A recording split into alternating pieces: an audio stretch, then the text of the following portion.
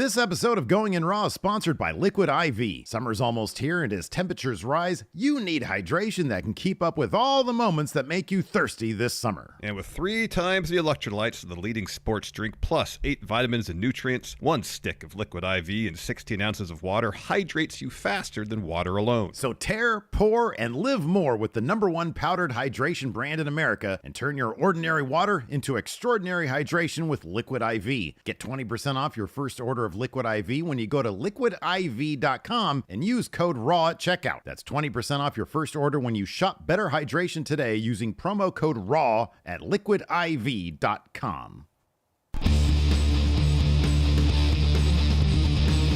Hey, Friendo, Steve here. Hey, Larson. And welcome back to Going in Raw, the only pro wrestling podcast you need to be listening to. On today's episode, oh boy, the fans are upset because Yeet, the most popular guy on the Raw roster, won. Won a match. Yeah. They're so mad, Larson. We're going to read some of the angry, outraged tweets from these fans today on the show. I've got Jey Uso, Ilja in the search bar there on the Twitter, loaded up and ready to go and see what these outraged fans are talking about last night. So angry, Larson. So angry. So mad. Last night on Monday Night Raw, Jey Uso in the main event beat Ilja Dragunov to advance in the King of the Ring tournament. He'll be facing Gunther. A lot of people, understandably, wanted to see Gunther versus Ilja revisited, but WWE is like, nah, not yet. Y'all have to wait for the juice, for the good stuff, Larson. Yeah, exactly. But that's been Triple H's MO. That's his philosophy. Patience.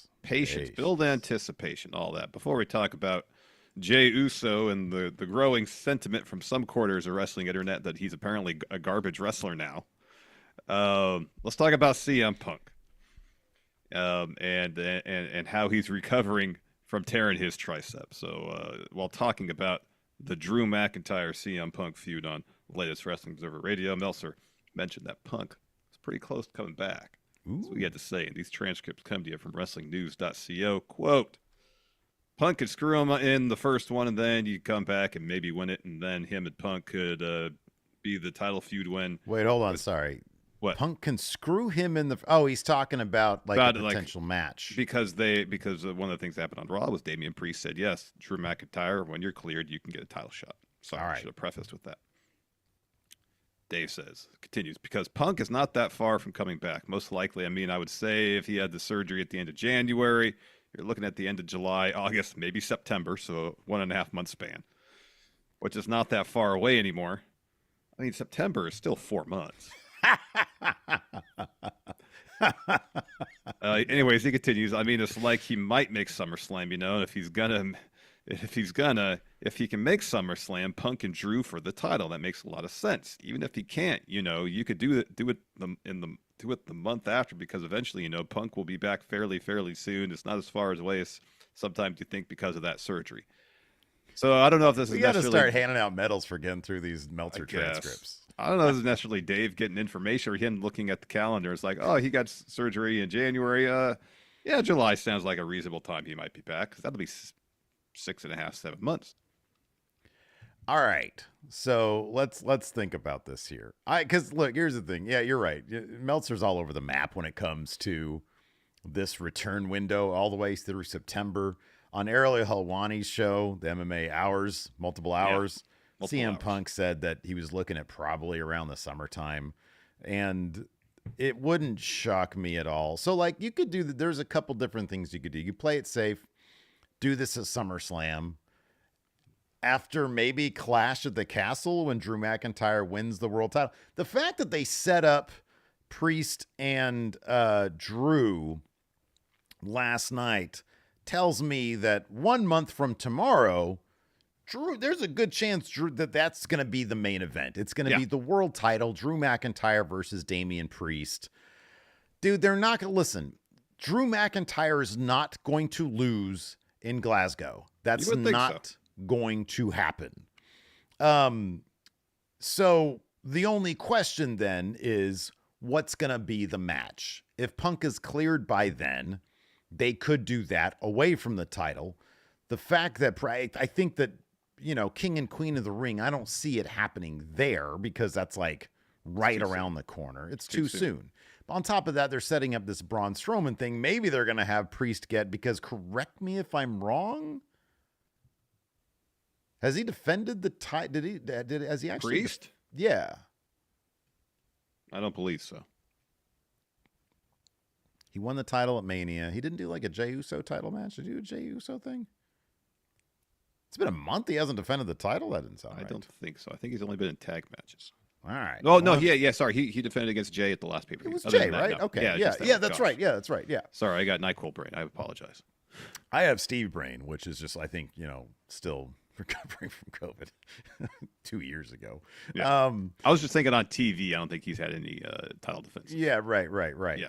So, like, maybe Braun will give him one more title defense on Raw before you get to Scotland and Drew McIntyre wins it there. I like that John Chambers says it was 2 weeks ago. It wasn't even that long ago. It was last weekend. Not the weekend that just happened, the weekend before that. So 10 days ago. Yeah, it was 10 days ago, exactly. Look, the only thing I remember from that match, really, and it was a good match, but the main thing I remember is just they did the TV spot where Priest is holding his arms and like stretching him out, Yeah. So it hasn't really been memorable. I did like Priest's promo last night. I thought there were some pretty decent lines there.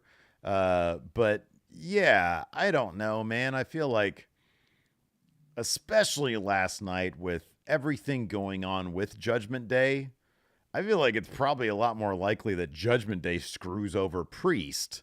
Yeah. And Drew picks up that title in Scotland to like a massive, huge pop, you'd think. Right, yeah. Exactly. Yeah. And I have no doubt that I think there's like a gap of like 2,000 tickets that have yet to been sold at that place. I think it's like they've sold 9,000, and I think it's like a 12,000 or 11,000 available. You think if Drew is booked in a title bout, that's going to close like that. You think that'd be enough to sell the place out? High prices, yeah. Potentially. Getting back to this bit here about Punk coming back soon. So many times, Meltzer will just talk about something, seemingly stream of consciousness, just talk about something, and given his stature in the industry, he's treated like news. Yeah, that's where we're trying to get to. Because we don't have scoops. We've never tried to get scoops. We don't want scoops. Keep your scoops away from us. No, too much pressure. There's too much pressure handled in the scoops. I couldn't do it. Right. We've been offered scoops before. I don't want them. Keep them away from me. Okay? Don't want them. Don't want those scoops. I want to talk about other people's scoops. We've made a whole career out of that. We're doing pretty well. Other people or other outlets treating Dave just talking about something as scoop. Whether it's speculation, whether it's Dave looking at a calendar, whatever. Right. And maybe it's entirely possible that he had somebody tell him, oh, yeah, Phil's, maybe someone from Phil's camp.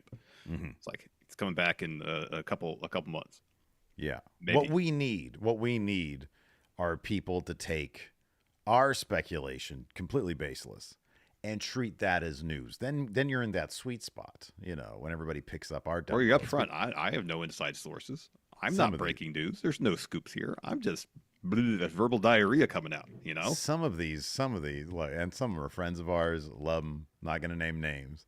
Some of these people just pick up some headlines that it's just straight up like nonsense. Complete and total nonsense. I saw one the other day. WWE superstar gets a name change, and it's they changed Tongaloa from Tanga to Tonga. Yeah. Come on. I know. You got to get your clicks, though, man. No, I get it. You got to get your content up there. You got to get your content up there. Oh, boy. Yeah.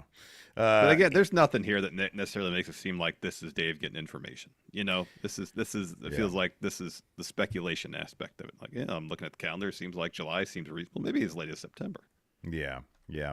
But I think SummerSlam versus Drew McIntyre, I think that's not unreasonable. SummerSlam is mid-August, I think, and Bash of Berlin is the end of August. I think that's the way it is. SummerSlam's early August, yeah. It's early August, okay. I think it's August 6th or something like that. Well, there you go. I mean, even that's kind of far out there. Yeah. Even that's kind of a ways off. That's still 3 months away. But you want that big matchup. I guess if you want to, if SummerSlam, you want to make that a big deal, don't have Punk do shit, put him on ice until you can get that big money match out of him. He does that match. He gets through it without getting hurt. You put him on ice again. Yeah, right. Until next match. until, the Survivor Series or whatever. His 1 year anniversary from his return. He's had 2 matches. But yeah. So that's going to be a big deal. The only question is, how will the world title play into it? And I guess we'll see. I saw one interesting scenario on Twitter. Now I'm trying to remember who it was, if I can find that. But the idea that, a lot of people are thinking, oh, Liv and Dom are a thing because Damian Priest last night confronted Dom. He's like, yeah, are you and Rhea okay? Yeah. And Dom seemed kind of confused by that. But this eagle-eyed Twitter user also noticed that Finn Balor has been without his bandana since that picture of Liv Morgan got out. So maybe Finn Balor, who just signed a big money deal and might be in line for something big storyline wise to happen, he might be the guy that aligns with Liv or takes over the Judgment Day. They all kick Priest out of there. But I'll be honest, they're all, you got these other guys bringing Carlito in. Yeah. And Priest is like the lone guy who's like, hey, I'm not huge on this guy, but, go take care of your business. He has very good reasons why. Oh, yeah, absolutely. But, if they're not happy with Priest's, leadership, then they could, Yeah. Right. Whatever sound effect you want to use. All right, let's talk about Jey Uso and why the internet wrestling community thinks he's garbage these days.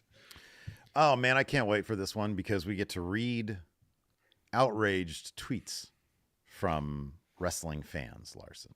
So you got a wrestler named Main Event Jey Uso who has not really had the wins on his record that would justify the nickname Main Event.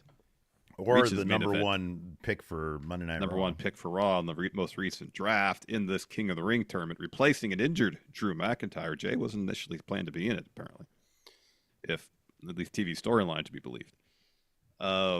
Defeating one Ilja Dragunov. Now, Ilja's a great wrestler, recently called up from NXT. Love Ilja. They alluded numerous times last night to his feud with Gunther in NXT.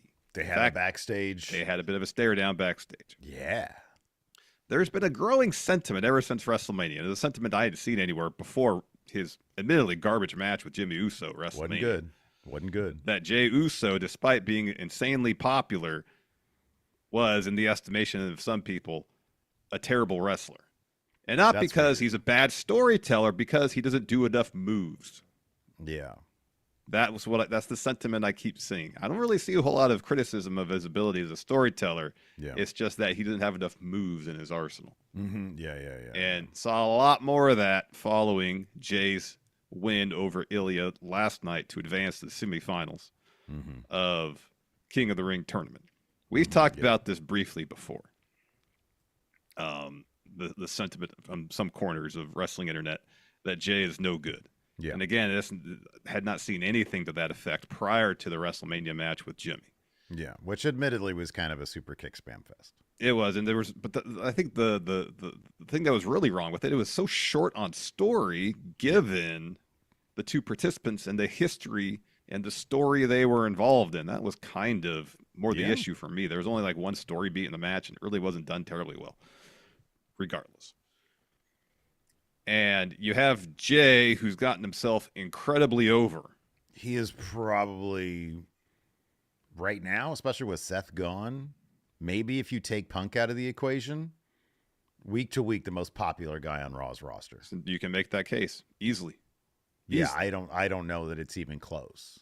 To be honest, I'd be interested to see it's Punk and then probably Jey. Yeah, to see his merch sales numbers, so on and so forth. So I'm not entirely sure why that sentiment. It's like it seems like Jay's getting the entirety of the blame for a bad match at WrestleMania. Mm-hmm. Maybe because Jimmy's not on TV because he's hurt. And you know, people like Ilja. I like Ilja. He's a great wrestler. Yeah. No, Ilja's people want to terrific. see Ilja and Gunther on the main roster. Here's the thing. We're gonna get it. It's just not going to be next week. If we weren't going to get it, they wouldn't have mentioned it last night. They wouldn't have had the stare down with Gunther and Ilja. Gunther wouldn't have smirked at Ilja after he lost on the way to the ring to confront Jey to end the show. Yeah. We're going to get that feud. We have to wait for it. They're going to build to it on the main roster, not rely exclusively on story from NXT and their history wrestling in Europe. You know, for a spell, I also suffered from post-traumatic Vince disorder, because with Vince, sometimes he would set things up and it was like, oh man, he's got Ilja and Gunther on the roster. Let's say like Vince was still around, and then like he changes Ilja's name, acts like NXT UK never happened, and then it's just the whole thing gets blown. And that happened a lot with Vince. Yep. Like Vince's last 2 decades in wrestling was, by and large, lost potential, drop ball, drop ball, drop ball. One spark of inspiration. It's funny because Sami Zayn had a quote about life under Vince and life under Triple H, where he essentially said that. He said, you know, I could slip on a banana peel into world title guy, or Vince saw my irksome qualities as bad guy material, and generally speaking, like that's how he would book me, whereas Triple H sees me as a good guy. And the subtext seems to be Triple H seems to see me in a certain way. But because Triple H likes the structure of long-term storytelling, if you're not involved in something, there's a good chance you're not going to get involved in something. Whereas Vince could just wake up one day and be like, ah, damn it, pal, I'm going to make Jinder the world champion. And with Vince, I think we're all sort of like, or for the longest time anyways, a certain section of the fan base was like, man, I want to see Ilja versus Gunther. And now that we're not getting it next week, we're not going to get it. Well, here's the thing. Look at the history of the players. Triple H obviously loves Gunther above many other wrestlers. You can tell the way they booked Ilja from UK to NXT Prime. They love Ilja. They've made a big deal about him. This match shouldn't take place on a Raw.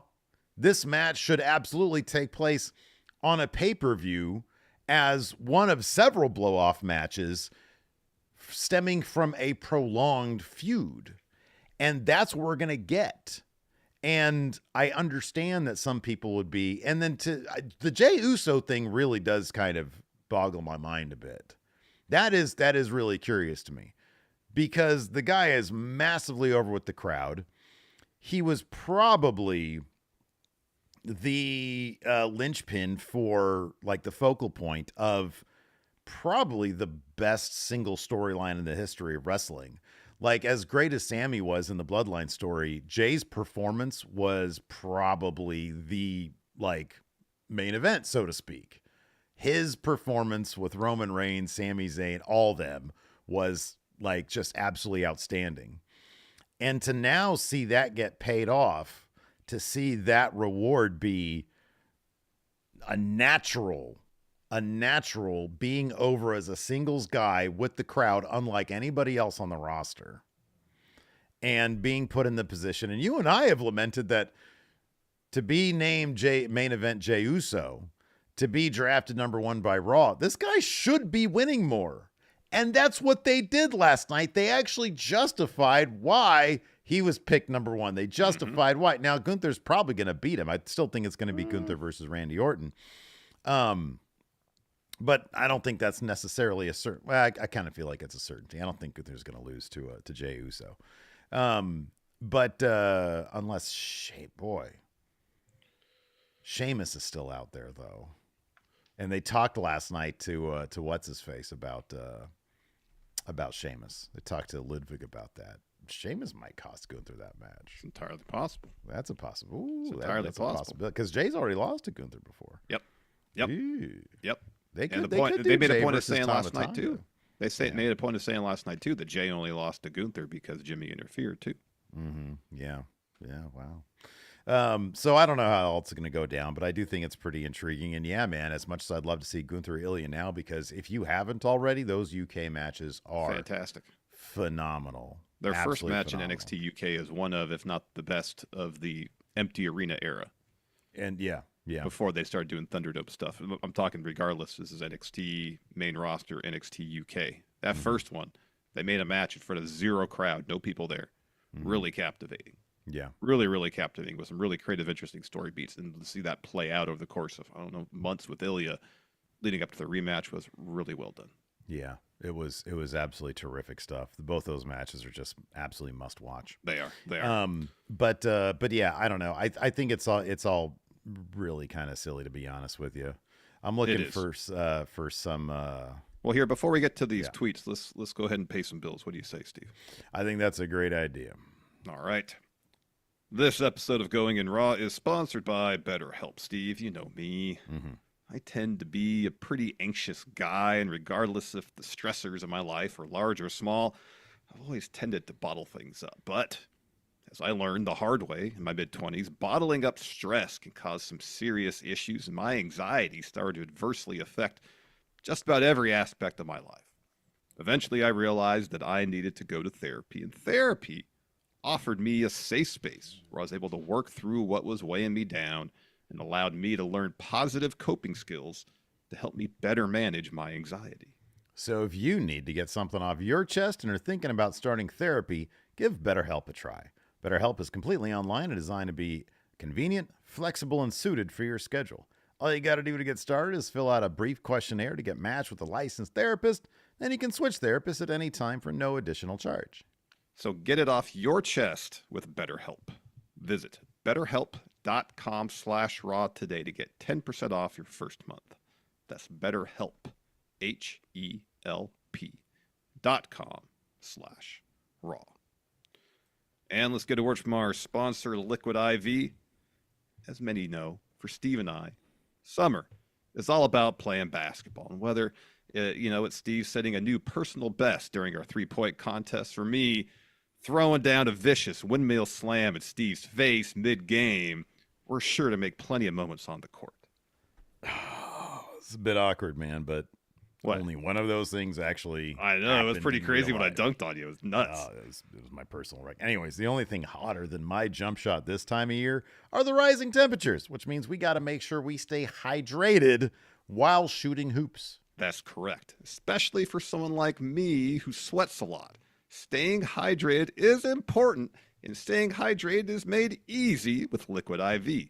A single stick of Liquid IV and 16 ounces of water hydrates better than water alone, and it has 3 times the electrolytes of the leading sports drink, plus 8 vitamins and nutrients, which means it turns ordinary water into extraordinary hydration.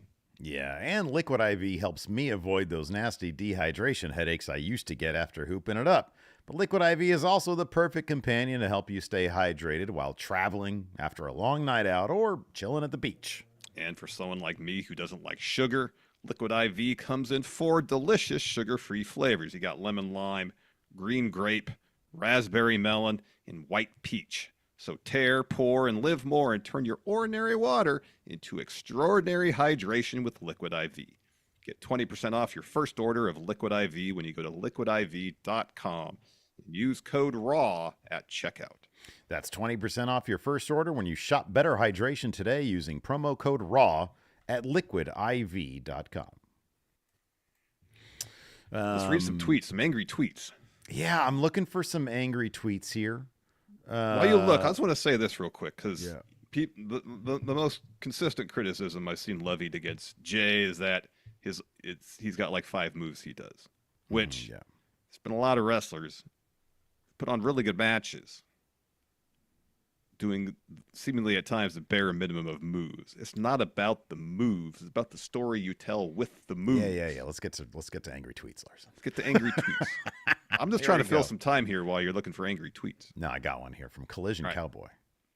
Says, had the worst match at WrestleMania 40.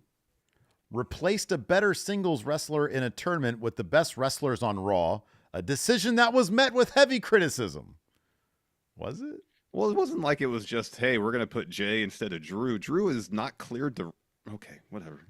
Continuing on. Gave Ilja Dragunov one of his worst matches ever. Was it? It was a fine match. It wasn't terrible. You think that this was worse than Ilja Dragunov? I'm not gonna name names. I was gonna say Sam Gradwell. I love Sam Gradwell. I loved that feud. I loved that feud. I thought their match was fine. Yeah, their match was fine. It just came to mind first because he was like, "Oh, Soviet baby." that whole story of Ilja being triggered by chops was amazing. It was fantastic. It was great. He says the Jey Uso experience. Wow. Yeah, I saw that one this morning too. Let's see here. Honestly, there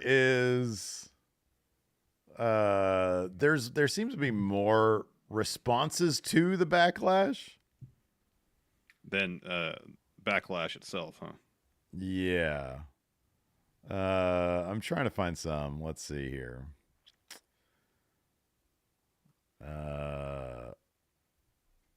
Oh man.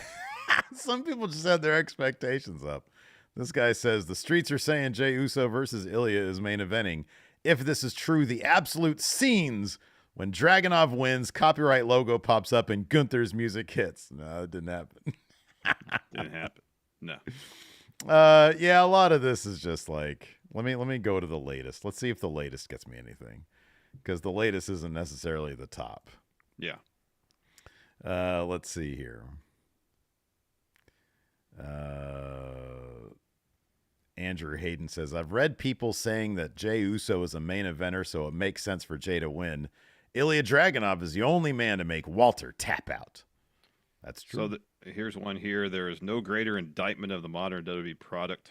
Guy's an absolute shit worker, but let's push him because he hits the vibes.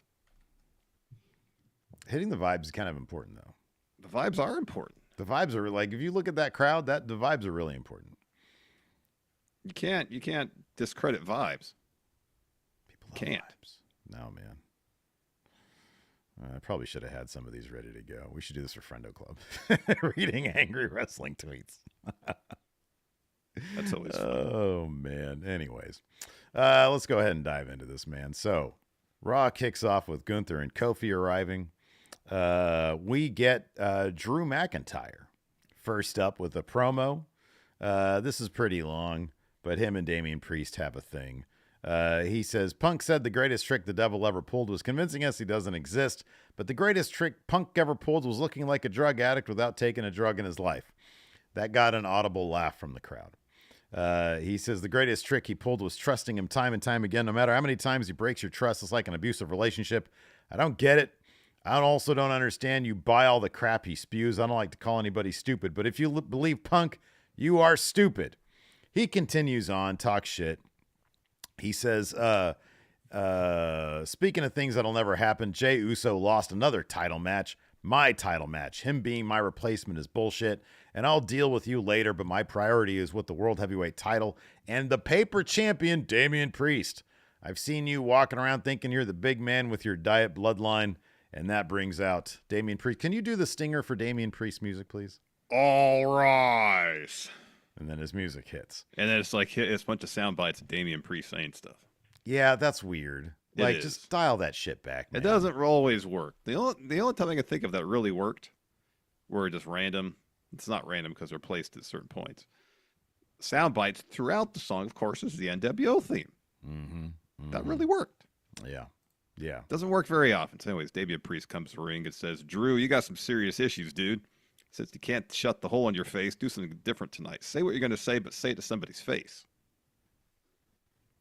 Steve, you can continue being Drew McIntyre if you want. Yeah, Drew McIntyre says, I'd love to, but Punk keeps running away if you haven't been listening. Since you're stepping up to me, I'm going to say something positive. You have a very inspirational story. You put your shift in. You deserve all the success and the work. You've worked hard, but I don't think you deserve to be champion. My next-door neighbor Dave has an inspirational story, too. He should be World Heavyweight Champion.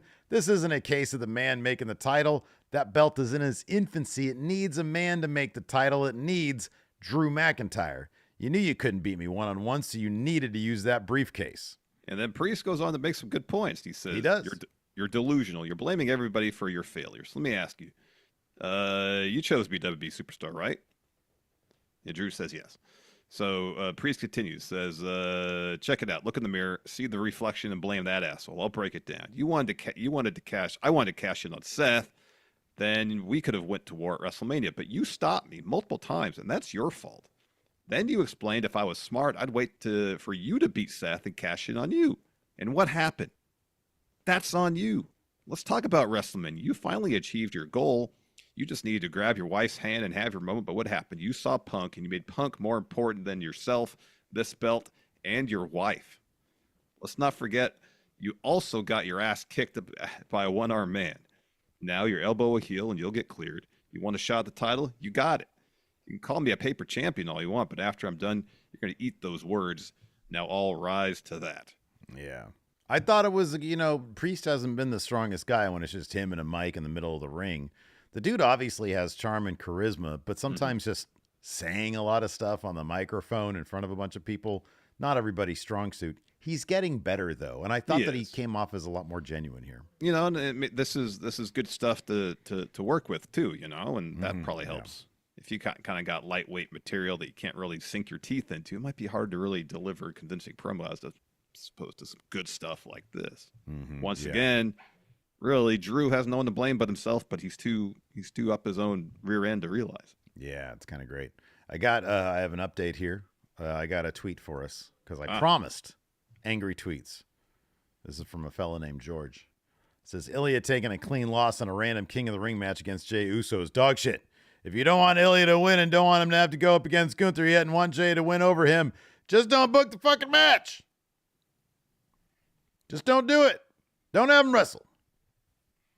But then people will be like, why isn't Ilja in the King of the Ring? He's a really good wrestler. He's a really good wrestler. Yeah. Really good wrestler.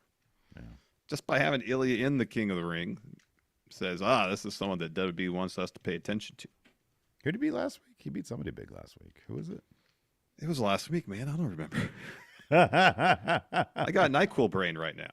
Don't ask me these questions. Oh, man. Anyways, so after that, we've got, there was a bit of a scuffle out in the parking lot. Yeah. Damage Control shows up. Zoe and Shayna shows up. And Shayna and Io, because they have a match tonight, which was next, start talking shit to each other. And then some of the producers come out and sort of breaks it up. I love Io shit talking. It's my favorite thing in the world. Oh, it's great. It's like a crazy person. Then we had Io Sky versus Shayna Baszler. Gave this match a ton of time. This match was fun. And it was awesome. They're both so much fun, man. They're both so much fun. Shayna, Shayna could take all the losses in the world, but she's still booked like a monster. Like she's super dangerous. And she always comes off as legitimate, man. I love it. Mm-hmm. It was Ricochet. That's right. That Ilja beat last week. Thank you, Forgotten Media. It was a good match. Did you see Ricochet's threads this week? He looked like a lawyer. He looked great. Yeah. Looked like an injury attorney. That should be his what would be his catchphrase on his billboard then? Oh, dude, come on, man. Legal troubles getting out of hand. Call Trevor Mann. See, look at that. You're saying you got the NyQuil brain and you bust out with some pure gold, Larson. Look at that. Legal troubles getting out of hand. Call Trevor Mann. God damn it. That was good. That match was awesome, though. How about this? Accidents ruined your day? Call Ricochet. Perfect. You should have stopped while you were ahead. I'm just trying to think of something that rhymes with Ricochet, too. Call Trevor Mann. Oh, man. That's good. Anyways, Io gets the win. Was your car did you get T-boned by a car going warp speed? Call Trevor Mann. Call Trevor Mann. Oh, my goodness. So there was this great bit, which apparently did in NXT, where Io does like a bridging pin on Shayna. Shayna kicks out and it's right into the Karafuda clutch. Io escapes that, puts on a crossface. Shayna powers her up and hits like a reverse backbreaker type deal. Follows that with a running knee, gets a 2. Io was working Shayna's leg throughout, hits the dragon screw, meteor in the corner, and then follows with a moonsault to get the win. Really fun match. Go Airway to check it out. It was awesome stuff. Yeah, it was pretty great. So afterwards, Io, Jackie's in the ring to interview. They did a couple things last night, especially with the King and Queen of the Ring matches to give them more of a sports feel. As after the match was over, they did the slow motion replays. Mm-hmm, yeah. And then they had Jackie come to the ring and interview the winner of the match. Mm-hmm, yeah. And so Jackie, is about to ask her a question. Io takes the mic from her and talks in Japanese and does the "I'm going to be a champion" motion. Discount double check. No, we don't say that anymore. Can't do that one anymore? No. Oh, wow. Okay. No. Anyways, after that, we got backstage Judgment Day. They're all chatting, and Carlito's there. And Dom says, Priest, I know you guys have history, but I think is the time to talk about working. Now is the time to talk about working together. And Carlito says, we agree on a lot of things. Rey Mysterio's a selfish bastard, and no one knows more about that than Dom. Look, Rhea's out, Dom's injured. I thought you guys could use some extra muscle. All I'm saying is we can mutually benefit from this. And Priest says, I get that. What you're saying is cool, and if the boys want to work with you, that's fine. But as for me, you aren't welcome here, dog. Carlito says, because you don't trust me. And Priest is like, no, I don't. Carlito says, the most stubborn minds can be changed. Maybe one day we can all be amigos. And then he walks off. And he's picked up some words of wisdom in his old age there, Carlito. I guess so. A little bit of philosophy there. I guess so. He walks off. We see Gunther pacing backstage. And then we have Alpha Academy backstage. Yeah. And Gable's just talking shit, Larson. He is. So he goes, they're all lined up. Maxine, Tozawa, Otis, and Gable's pacing back and forth, talking to him. He says, here we are on the cusp of my IC title match. And, well, Maxine, what a weekend you had, gallivanting around, blowing opportunities, embarrassing the Academy. As for you, talking to Otis and Tozawa, I talked to Pierce and got a couple matches. It's going to be Otis versus Bronson Reed and Tozawa, and he stops. He goes, hold on. Actually, it's going to be Otis versus Sami Zayn. I need my number one guy to soften him up before my match in Saudi Arabia, so no dancing. No worm out there. I need a serious Otis. You know what that means, right? And Otis is like, yeah. And Gable says, say it. And Otis says, no matter what. So he walks off. So then Gable steps up to Tozawa. He says, you got a huge opportunity against Bronson Reed. I swear to God, if you do that dance, let's go. So they walk off. Maxine is there. Ivy Nile walks up to her. And says, how come you didn't let me know that you were having this Queen of the Ring match? And Maxine says, Gable doesn't want me training outside the Academy anymore. And Ivy's like, it's fine, leave him. Come train with us. And Gable walks back. And Maxine walks off, and he turns to Ivy and says, you have some potential. So stop hanging around Taylor, not so swift over there. Talk soon. Ooh. Oof. Ouch. Ooh. After that, let's see here. We've got a hype package with Gunther and Kofi, and then Kathy's backstage with the New Day. Woods is on crutches, and Kofi says, not to toot my own horn. I'm used to doing the unthinkable, but it's not about that. Tonight, it's about payback for what Gunther did to my boy. Last night, I went one-on-one with the greatest luchador of all time, Rey Mysterio, and I learned there is no room for fear, no room for self-doubt or failure. I know how much this means to Woods. And then Xavier Woods says, Gunther will never understand. We know how dangerous he is, but King of the Ring brings honor. And because of him, I won't be able to defend that honor. Luckily, I know an incredible candidate to beat the hell out of Gunther, one of the greatest champions ever. He's going to show Gunther why New Day rocks. And then this was really cool. In the ring, Samantha Irvin welcomes Lillian Garcia, who bizarrely hasn't aged a day in 30 years. It is kind of disturbing that she must have an incredibly complex skincare routine. Maybe. Because she looks the same. Yeah. It's crazy. So Samantha says, we're going to have a special guest ring announcer for this match. And Lillian says to Samantha, you're amazing. You do an incredible job. I'm so proud of you. Mm-hmm. It's pretty cool. And then she announces Kofi versus Gunther. So Kofi makes his way out first, go to commercial, come back before Gunther makes his entrance. R-Truth is backstage with Adam Pearce. And they're talking about what a great plan they have for the tag titles. So Miz walks in and says, I told you not to make tag matches without me. And Pearce says, don't worry. This isn't a tag match yet. You're not defending your titles. You need number one contenders. So that's what we did. But first, introduce you to Kiana James. So Kiana James walks in and says to Pearce, I know we spoke over the phone last week. I'm excited to work under your tutelage and prove to you why I'm the 1%. And then Pearce says, awesome. If you need any help, you need anything, don't hesitate to call me. And she says, I don't hesitate. I adjudicate. So she's got her attache case. Seems like they're still doing, at least in a broad sense, real estate developer as her gimmick. Yeah. Some sort of business type situation. And then Truth makes a joke about venture capitalists. I don't know. Yeah. He's like, a Judah what? I don't in the work he thinks that adjudicate is a bad word. Yeah, I'll be honest. I kind of want Judgment Day to take because spoiler alert, they won the number 1 contender match. I kind of want them to take those tag titles off of Awesome Truth. They're just not doing a whole lot with Awesome Truth. I feel like it's like sort of the same thing. It's sort of like dulled R-Truth's comedic bits. Yeah, like it's sort of holding up the tag titles. It's not terribly funny like he usually is, and yeah, they got to do something with that because it's not great.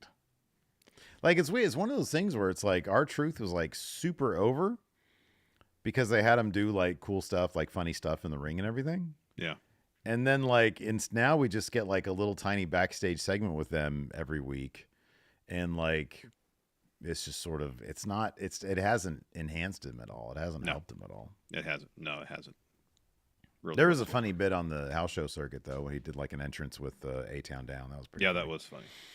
Anyways, so after that, we had Kofi Kingston versus Gunther, but before the bell rang. So Gunther comes out, throws a smirk to Kofi, talks some trash, but Kofi charges in with a drop kick, lays in a few shots and a suicide dive on Gunther. Gunther rips his jacket off as he's selling. Kofi throws him the apron, attacks the knee of Gunther, who wants to chop, but Kofi leaps up to the top rope, hits a flying elbow. So they're going at it, and so he really tries to work on that leg before the bell even rings. Finally, the bell rings. Gunther avoids the trouble in paradise, and we're off to the races. Eventually, he's able to get the upper hand. Yeah. Kofi's able to hit a SOS on Gunther, but Gunther kicks out. And then Gunther ends up getting the win with was like a Boston Crab. He's Boston been using Crab that to get the win. Yeah, he's been working over in this case Kofi's back quite a bit. This was fantastic, really fun match. You know, when they announced Queen and King of the Ring were coming back, you were hoping this would be a showcase of some of the best wrestlers in WWE. And between this match and Io versus Shayna, this is like everything I was hoping King of the Ring and Queen of the Ring was gonna be. Yeah, for sure. Where they give these matches time, they tell some fun stories, mm-hmm. and there's a great deal of strategy involved in winning these matches. Mm-hmm, and I like that Kofi comes out with an obvious strategy to incapacitate Gunther before the match even starts and go after his leg, much like Gunther went after Xavier Woods' leg a few weeks back. Mm-hmm, yeah, Gunther was able to overcome. Yeah, everything. He had his own strategy. Every match has a story, and it seems like, you know, the finals potentially, look, no matter who makes the finals, there's going to be a story there because you're either looking at Jey Uso versus Tama Tonga, bloodline stuff. You're looking at Randy Orton versus Gunther. Admittedly, there's not really a story there, but along the way there are, and that's just a match that I don't know who wouldn't want to see that match. I know. That could be really, really good. And the same could be said about the women's side of things. Yep. Real quick here. So yeah, Gunther gets the win here.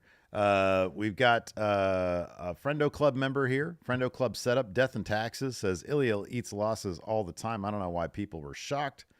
And then Samson here has been a member for 14 months, says Jey beating Ilja makes sense. However, if Jey beats Gunther, oh boy, me and my friend Mark will stop watching. High Plains Drifter, being a member for 26 months, says good old IWC being unreasonable. Insert Dax voice here. So thank you for that. They are all members, and they get the Friendo Club setup, which includes bonus episodes, question threads for our episodes, and, of course, access to the Big Blue Predictions Challenge.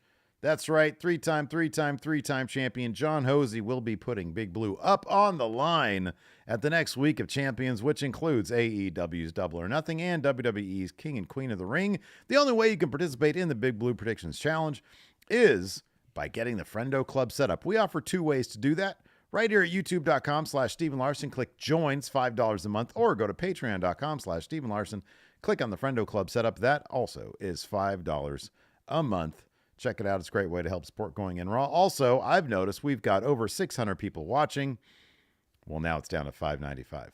But we only have 99 likes. Hit that like button. What the heck? What the heck is right? Larson's not feeling great. Make him feel better. Hit that like button. Also, hit that subscribe button and the notify bell so you always know when we're going live. I'm happy you mentioned I'm not feeling well. I'm under the weather. I don't feel great right now. Yeah, you canceled our basketball game today. You know how much that breaks my heart. Yeah, man, absolutely. I live to play basketball. Even if I play horribly like I did last Friday and lose, I love playing basketball. It's the You last punted thing my I would do. basketball last week. What?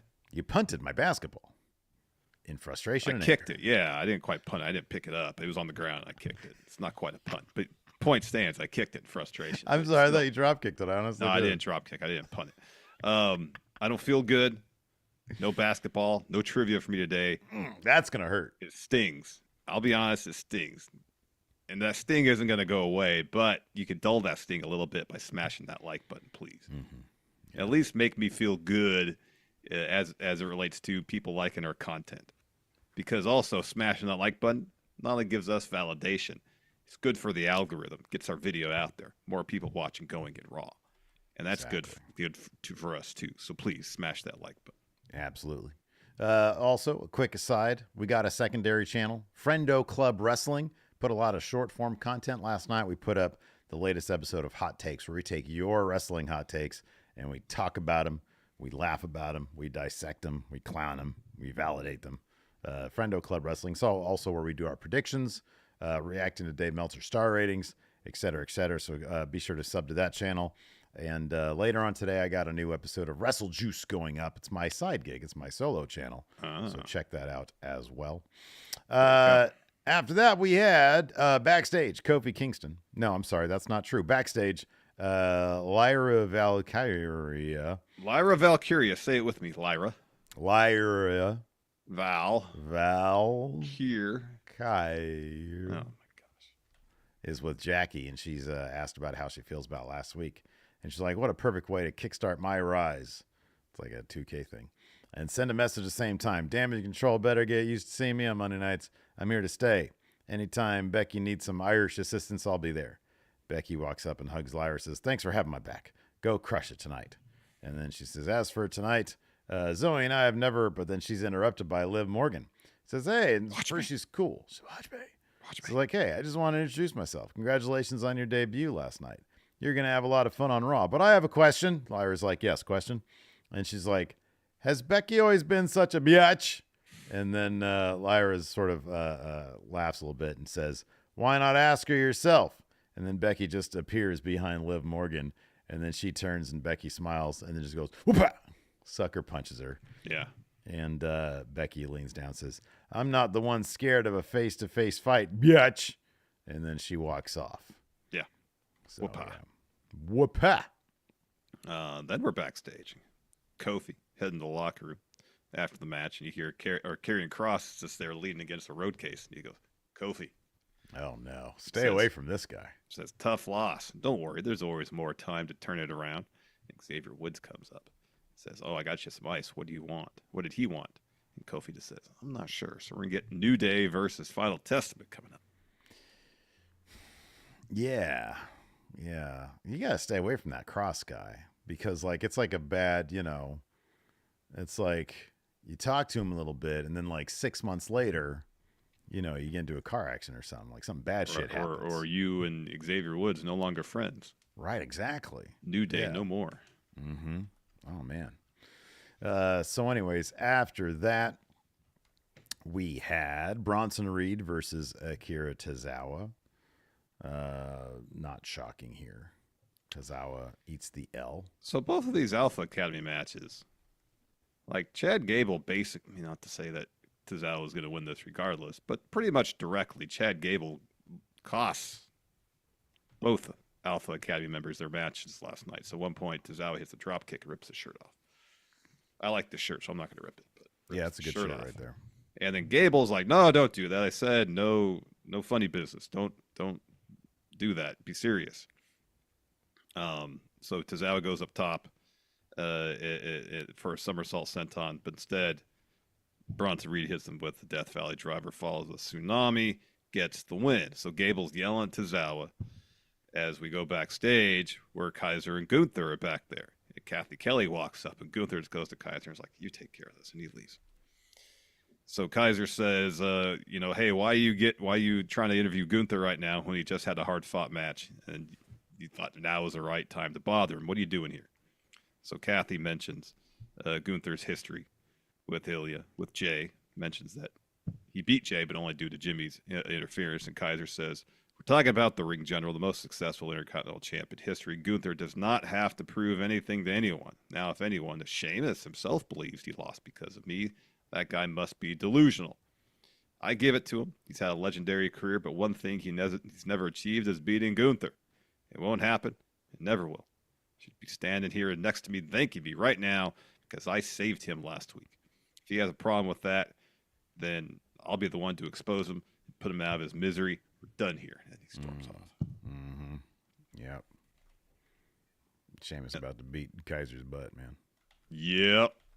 Yep. After that, Jackie's backstage with Pierce, but before they could do anything, New Catch Republic walks in. I must have been in the other room because I do not recall this happening. This is when I started watching the second half of Raw, so I remember this. It was commercial and like 2 commercials and then this segment. So Tyler Bates says sorry for interrupting. Says, Pete and I want to thank you, Mr. Pierce, for this opportunity to showcase ourselves and bring some new technical style to Monday Night Raw. So they walk off. And Pierce says, draft is over. It means new opportunities tonight. Fatal 4-way determine #1 contenders for the tag titles. We got JD and Finn Creeds. Here we go. New Catch Republic and Authors of Pain. So Jackie again brings up why Braun wasn't in King of the Ring. And Adam Pierce says, I know you're a journalist. I explained this last week. He's one of the top up-and-coming talents here on Raw, but there are other guys with the experience necessary, which I explained to him. I can't shove him in the deep end. And then Braun walks in and goes, deep end. Huh? Deep end, huh? I didn't see this, but I'm going to read it. Sure. Deep end, huh? Let me explain. If I was in a tournament, they would have been in deep end with me, Braun Breaker. I'd have dragged them all underwater, drowned them in front of me while I smiled. Wait, there's no water in the ring. This doesn't make any sense. I don't even know what you're saying here. And Pierce is like, it's a metaphor. It's not like real. No, let's do a deep waters match. Let's do it. Anyways, he's just mad that he wasn't in the tournament. Yeah, he was. He still. But now he wants to have a match in a pool. Yeah, he does. It's weird. Maybe he's been watching some FMW where they have the ring in the pool. I want to bring a sickle to the match. International waters. Yeah, there we go. After that, we had Zoe Stark versus Lyra Valkyria. You just say it. It's pretty phonetically pretty straightforward, Steve. Lyra wins this match. She does. This was a good match too. It is, man. They got to do something with Zoe as a character. She has actually a pretty decent theme song for being a Def Rebel theme. Yeah. She has a good theme song. I don't know what it is. Like, I kind of feel like her character is just sort of like, it's just her with a little bit of sass. Yeah. And she's tough. That's her character. Yeah. And like, they got to do something. They got to do something a little bit more with that. I don't know. I agree. Yeah. I agree. She's really good. She's a phenomenal wrestler. Mm-hmm, yeah. They just need to find something from a character perspective so there's a connection forged with the audience. And I think after that, if they could figure that out, sky's the limit. So wait, anyways, John Hosey here says, why was Ilja in? He and Braun came up in the same draft. I think that they have kayfabed the fact that Ilja's been wrestling for a very long time. Yeah. I think that's what it is. Braun's only been wrestling for 3 years, 4 years, something like that. Yeah, right. Yeah. Ilja's been wrestling for like 10 or 12. And I think that's the difference. Oh, this is actually legit. DJE says Steve is sounding like when I couldn't pronounce Giannis's last name, Antetokounmpo. Go ahead. Can you do it? What? Say it again. Giannis Antetokounmpo. Well, I can do Giannis. Yeah, right. Yeah. But what's the last? Thanasis. Yeah. Yeah, I'm sorry, I should have said what's Thanasis' last name? Anton. I mean the star power of Thanasis is enough. You hear Thanasis, you know exactly who you're talking about. It's like Madonna. Yeah. Yeah. Antetokounmpo. My favorite pronunciation of that, of course, is Tony Khan. Giannis Antetokounmpo. And he loses his voice doing it in that one clip. I know. Man, it's a bummer Thanasis tore his Achilles. He'll be back and better than ever, man. Speedy recovery, Thanasis. Yeah, dude. So anyways, you see him, that one clip of him getting dunked on so viciously. He got concussed. Yeah. Oh my God.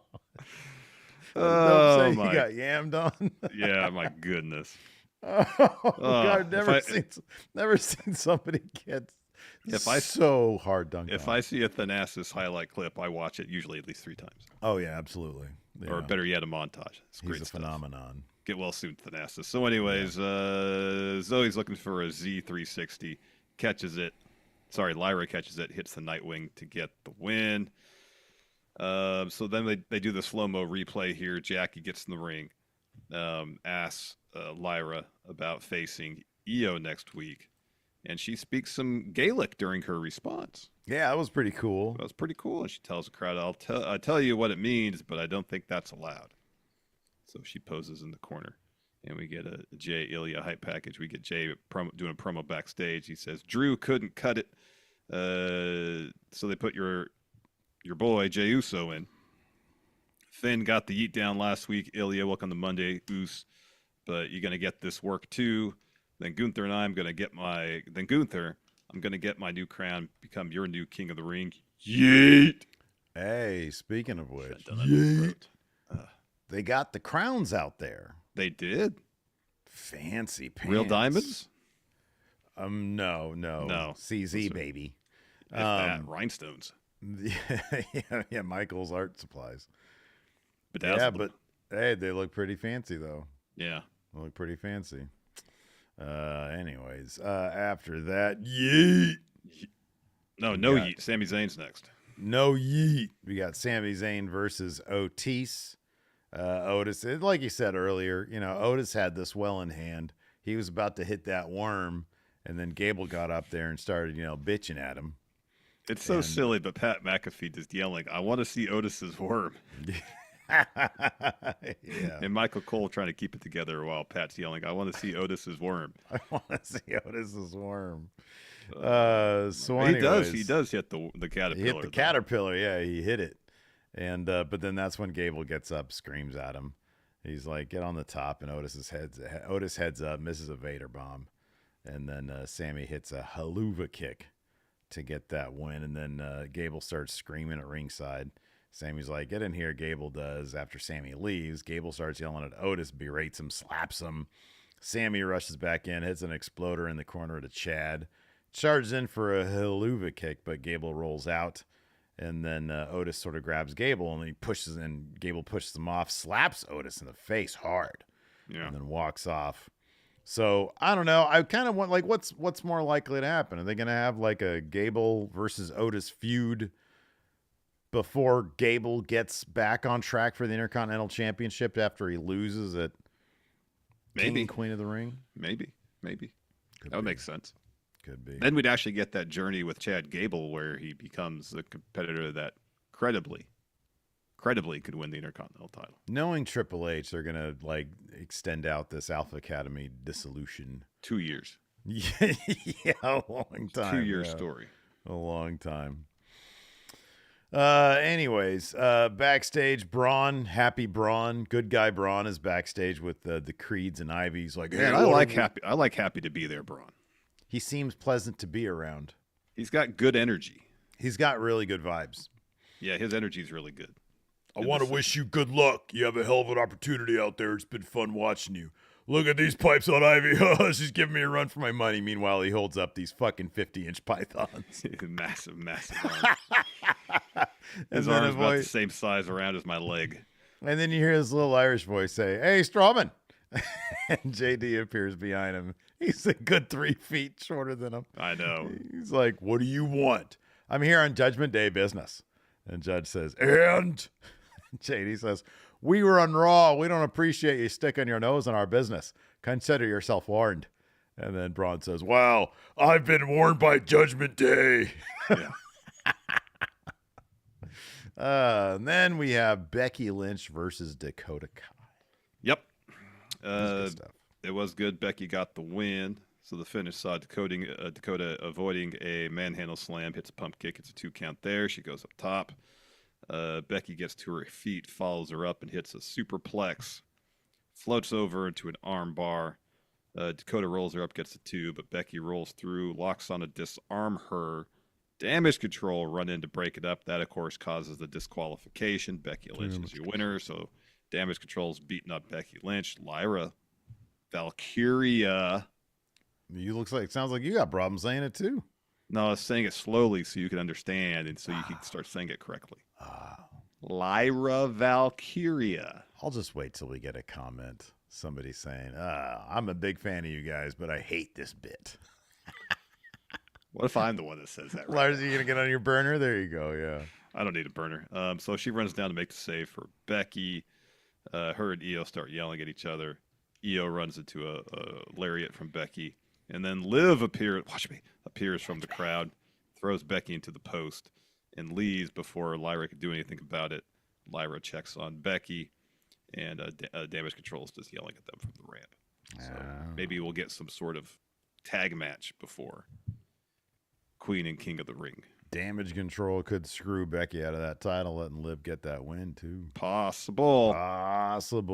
Backstage, Jackie's with Ilja.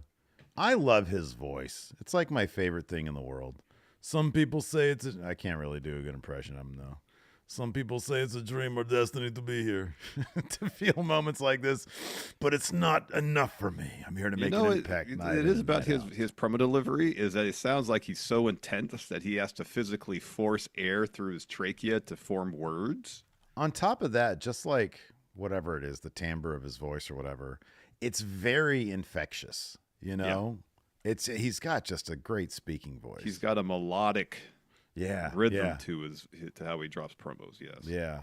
It says melodic and rhythm are two different things, but you know what I mean. He says, I'm here to make an impact night in, night out. It starts with me being czar of the ring.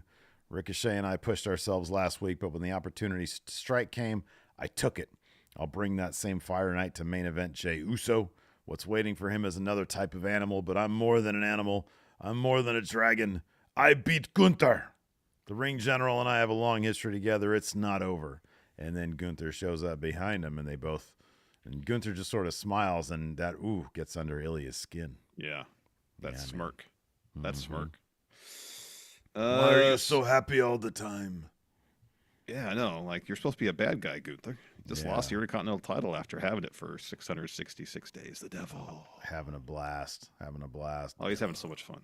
Yeah, he is. So then we get this fatal four-way number one contender match for the tag titles. You got Finn and JD. Yeah. The Creeds. Here we go. Yep. Authors of Pain and New Catch Republic. Fun match. Finn and JD. They come out the winner because Carlito, looking to earn Damian Priest's trust, comes out and helps Judgment Day get the win. So he hits a backstabber on Dunn on the announce table, which allows Judgment Day to get the upper hand. So Finn heads up as JD puts Dunn back in the ring, and then Finn hits him with the coup de grace to get the W. Dude, I just got an email from WWE. Wow. And it says, hang out with The Undertaker at SummerSlam. Pass. Hold on a second.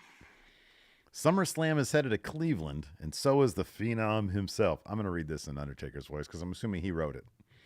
Available now. You can secure your spot to hang out with Undertaker from the comfort of a luxury suite at Cleveland Browns Stadium.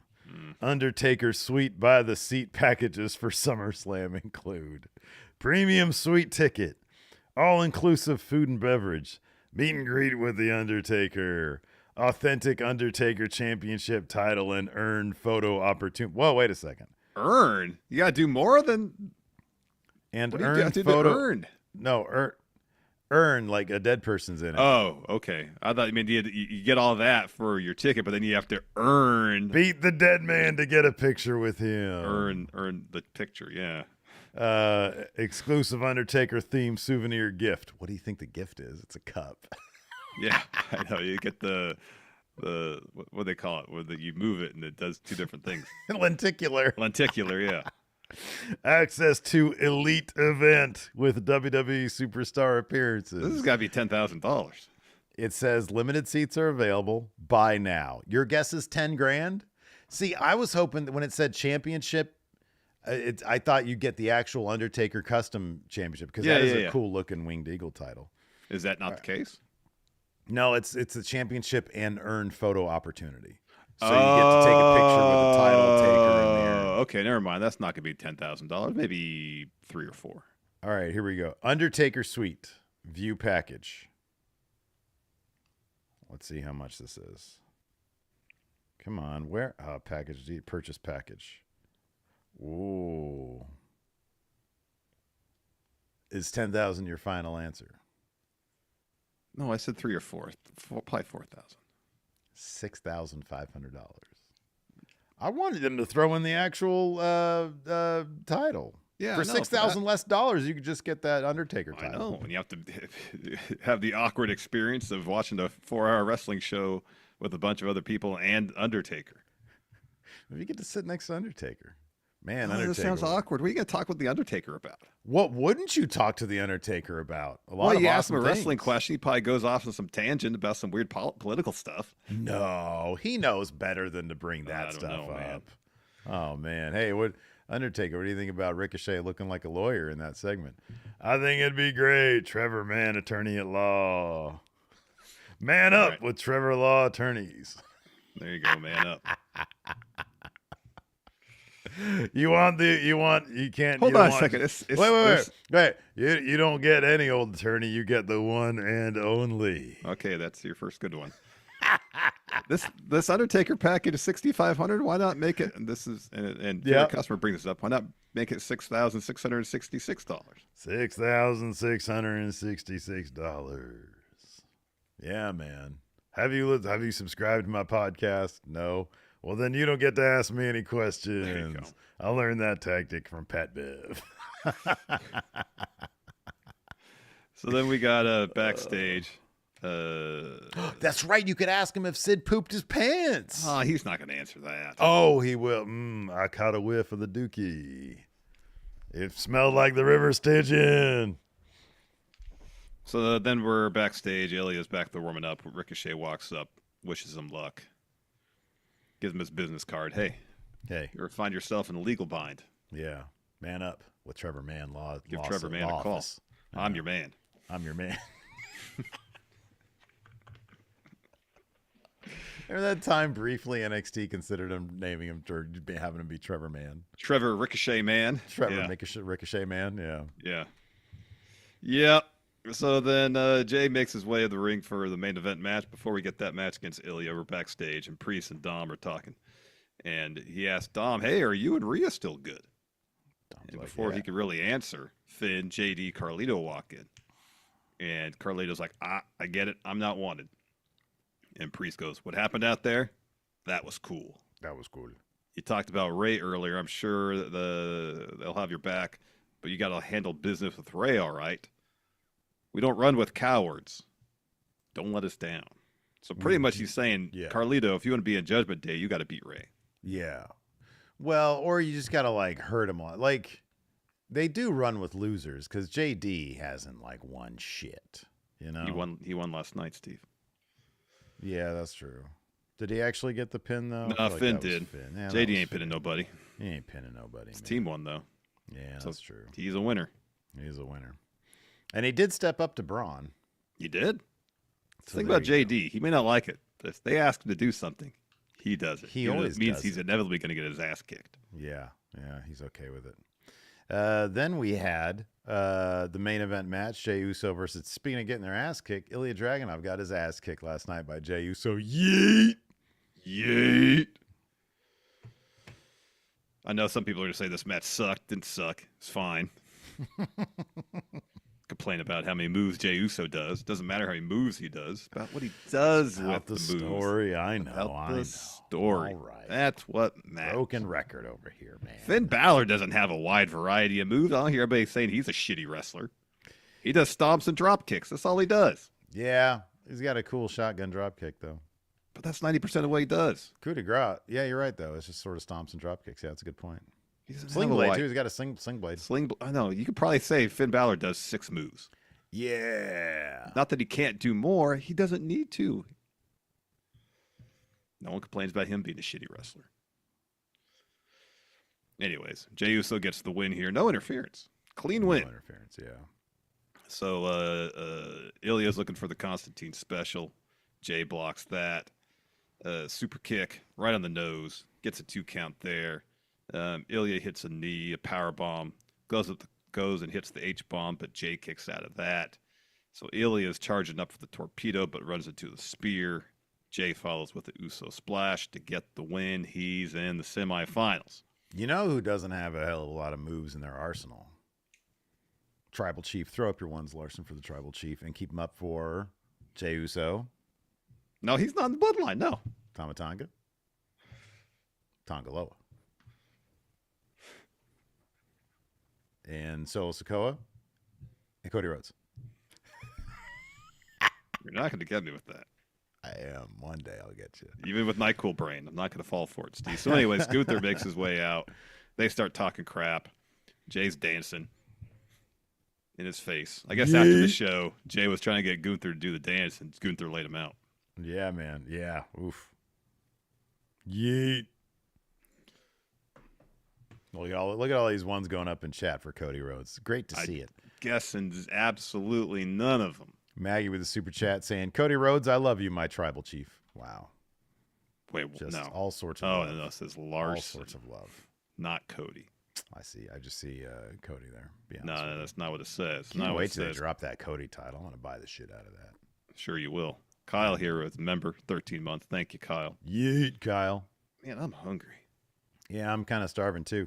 You want to go ahead and read some questions, then you could eat? I thought you said you want to go ahead and go eat lunch. I'm about to say yeet. You going to go yeet lunch? We can answer a few questions first. You want to go yeet? Yeah. Let's see here. Answered that one before. View channel. Hold on, I'm still getting to these. Here we go. 14 questions. Oh, all right. This is good. Nikyle asks, which fast food restaurant perfectly describes each title in WWE? For example, World Tag titles or the Pizza Hut titles. That's great. Yeah, okay. What's the speed title? Oh, wow. Yeah. Sonic. Oh, that's good. That's good. So the Universal title, that's McDonald's, because that's the top title, McDonald's, top fast food brand. Plus, turn it upside down. It kind of looks like the Golden Arches. Kind of, yeah. It does. Yeah. It does. Yeah. World Heavyweight title. Burger King title. Yeah. Secondary. Yeah. Intercontinental title. Workhorse. Well, something that's always serviceable, but maybe not main event level. Okay. Yeah. Reliable. You know, but not like your first choice. I'll be honest with you. My go-to these days is Carl's Jr. All right. Yeah, I'm going to go with that. Intercontinental's Carl's Jr. Or Hardee's if you're east of the Mississippi. East Coaster, yeah. Yeah. U.S. title. The U.S. title, honestly, the U.S. title might be my favorite looking title in WWE. Maybe. All right, so a fast food brand that maybe specializes in the aesthetics, their branding. Oh man. Alto says In-N-Out, and I don't think that's a bad analogy because so much of In-N-Out, even before I ever went there, you knew the brand. You know, yeah, it's reputation. It's reputation. Yeah, that's good. What's the Popeyes? Okay, let's take it outside WWE. Which title signifies you're the absolute best of all time? What's the gold standard of wrestling titles? Oh, you know what it is? Oh, dude, and this fits perfectly because Popeyes is orange. It's the New Japan TV title. All right, there you go. Boom, that's Popeyes. Oh man, dude, if I could find that fucking let me double check here. You gotta hop on eBay, try to find maybe that at this point, eBay.com. Maybe at this point that damn title's up. I would buy the shit out of that. That one and the Cody one. Oh yeah, the Cody one for sure. Blake here asks, where would you rank Lillian Garcia for best ring announcer of all time? She's great. She'd definitely be in the top 5, I would think. All right, so I would do this. Do this really quick. Power rank, top 5 ring announcers of all time. Oh, wow. Yeah.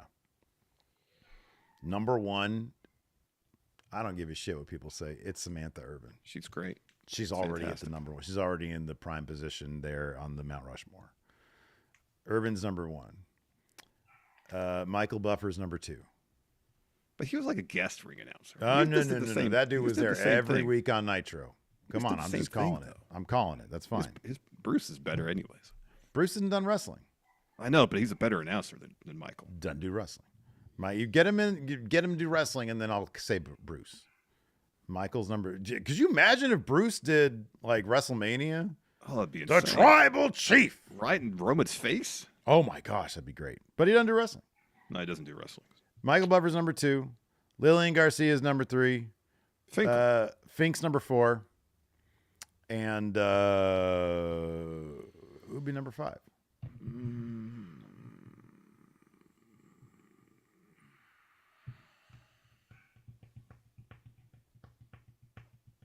There's no obvious number 5, I feel. No, there's not. Oh, Tony Chimmel.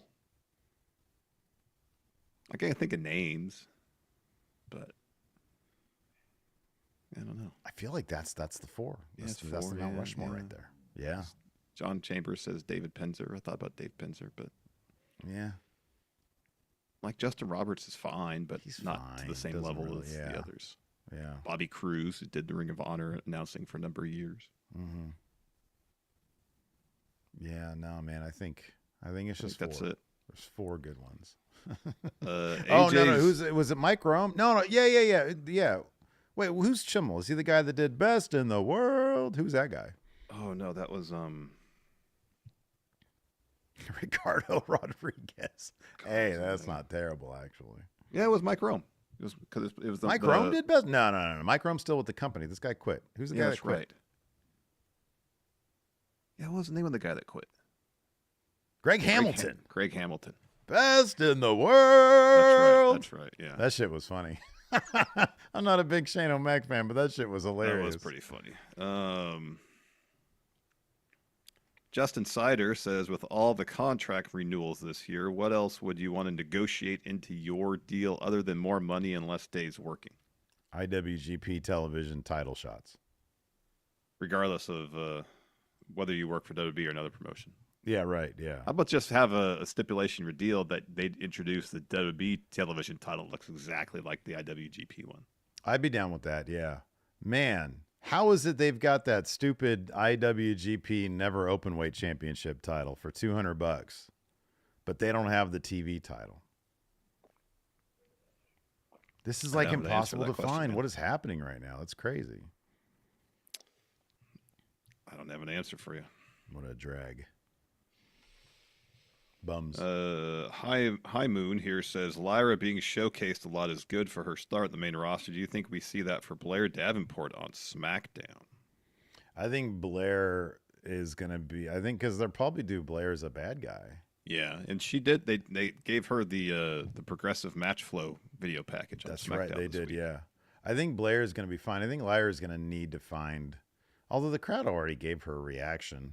Yeah. But like just happy to be here, earnest person. We gotta get a little bit more than that, you know? I know. There needs to be more complexity to the character. Yeah, absolutely. Black Nostalgia Nerd here says, because the TV title is trash. Could you imagine coming into somebody's house and being like, hey Steve, that TV title is trash? That's a little on the rude side, Black Nostalgia Nerd, not gonna lie. That title is S tier. Steve loves the TV title. I really do. Oh my God, it's so great looking.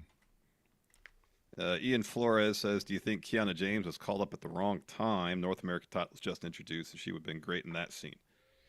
I feel like it's a flooded scene. They had like 25 people trying to get to it. I know. Yeah. It may have been cool. You know, Ian also says it would have been cool to see her in the Combine.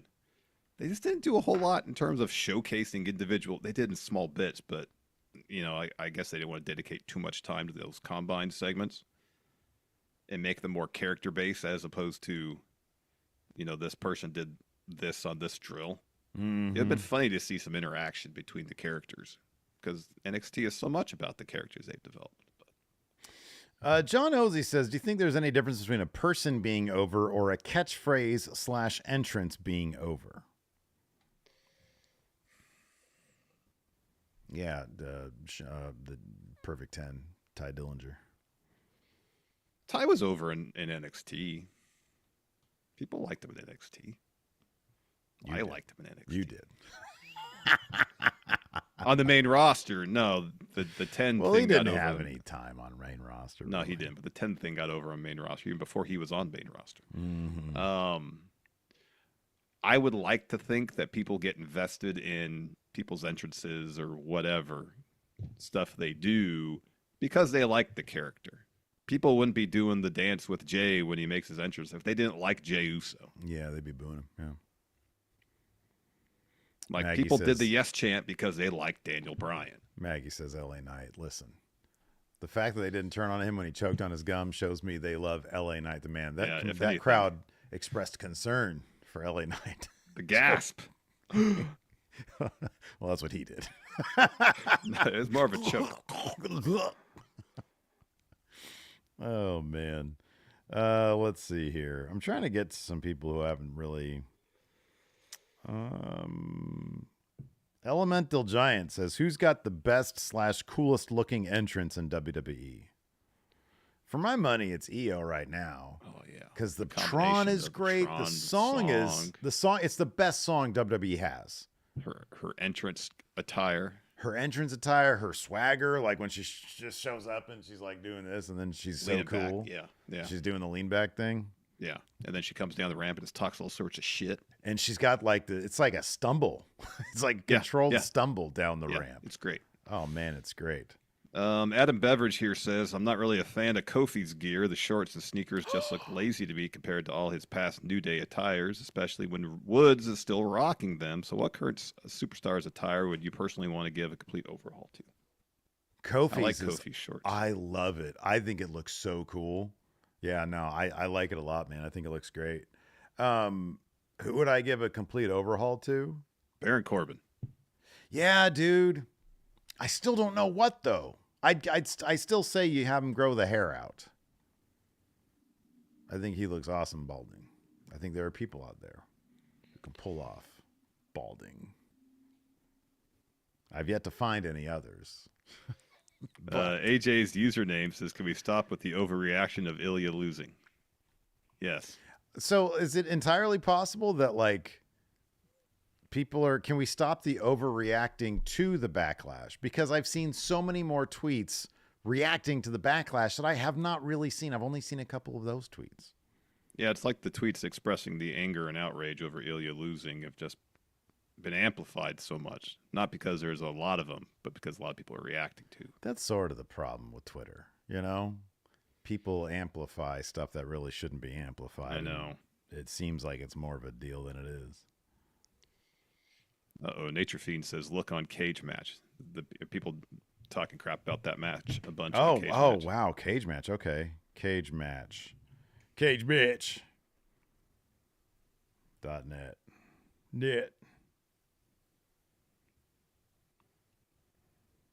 Where's the damn search engine? Oh, here it is. Jey Uso. It says, hey, Uso. Jey Uso. Oh, here we go. From San Francisco. Matches. Here we go. This one. The average rating is 7.7 for the show.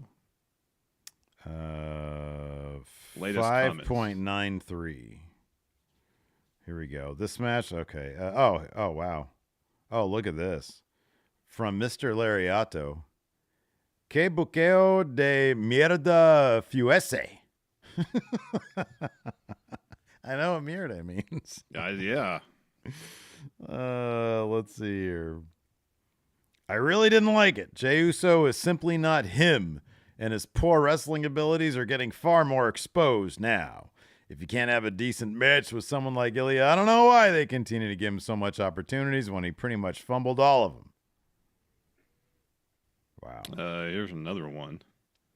It's a bummer that the main event between Jey and Ilja felt so mediocre just 1 week after Dragunov had such an amazing match against Ricochet, and it really illustrates the limitations of Jey Uso as an in-ring performer, even though his popularity and the amount of merchandise he moves for WWE means the world title run is almost certainly in the near future.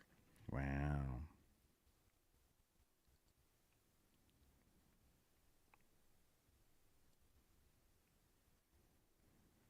This one says, mid-match. And why Jey won? He proved nothing in solo. Ilja had to won to face Gunther and give us another classic.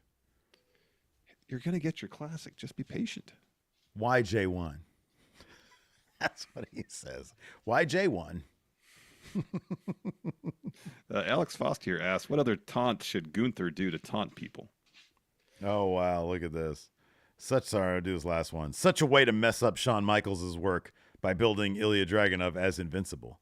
Honestly, I never understood the hype with Jey Uso. Seems like a mediocre wrestler with a funny catchphrase and not that much charisma either. Ilja is one of the best things WWE has going for it, and it's painful to see him treated like compost against a wrestler who's only compost. Mierda. Wow. Such a shame. Wow. Why Jey won? Wow. Anyways, what was that question? What a taunt should Gunther do to taunt people? Imagine Gunther doing Randy Orton's pose. Oh, that'd be great. Yeah. I'd love to see it. Anybody.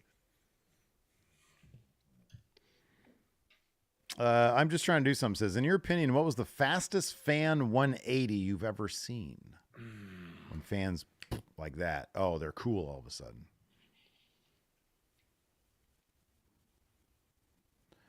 Trying to jog our memories, not Especially really. now, I got NyQuil brain right now. So Yeah, I'm just Steve, and I don't have a good memory. That's sort of my thing. Let's see here.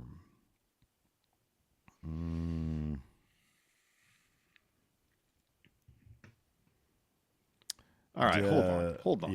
Let's take a break from questions. We got 600 people watching, yet we still don't have 200 likes. Come on, people. I don't feel good. Well, here's the thing. Under the weather. Let me finish. At this point, though, dude, I kind of feel like I want people to be honest as well. If they haven't hit a certain number of likes, it's just because we haven't really brought the heat today. But there's context to that, yes? No, you're asking. That's an excuse now. You're asking. No, it's context. I'm under the weather. I bring the best I can. You're asking us to bring my version of heat every time. Yeah, it can't all be home runs. At a certain exactly, and this one is not, and it's indicated but there's as such. Context. Why no Larson won? Why no Larson won? NyQuil brain. That's why. That's why. Under the weather. Yeah. Anyways, hope people would be understanding. Mm-hmm. We'll end on this question. It's Cool Bro says, do you have any shirts you were heartbroken that got stained? I do actually. By Sami Zayn, the charity one he sold on Pro Wrestling Tees. Oh yeah, of him doing his dance move. I got like 2 droplets of wine, just under the collar, and it's not coming out. You've worn that for basketball, though. I have, yeah. I'll wear it. Yeah. I feel like if I wear it on the show, even though it's probably you won't need to see it when you notice it, I know it's there. Oh wow. Yeah. Any shirt that's like any white shirt I have, I've worn to basketball at this point is dirty because I tend to put my hands on my hips. Yeah, right. Yeah. In between plays and stuff, and so my hands are dirty. Dirt gets transferred to shirt, and even though I wash my laundry, obviously, it doesn't always. The stains don't always come out on white garments. Well, there you go, man. There you go. Jose here with a super chat says, "Why J1 is almost as good as how you know." Why J1, everybody. Anyways, that's going to do it for the show today. Thanks everybody for tuning in. Appreciate it. Till next time, we'll see you around. Goodbye.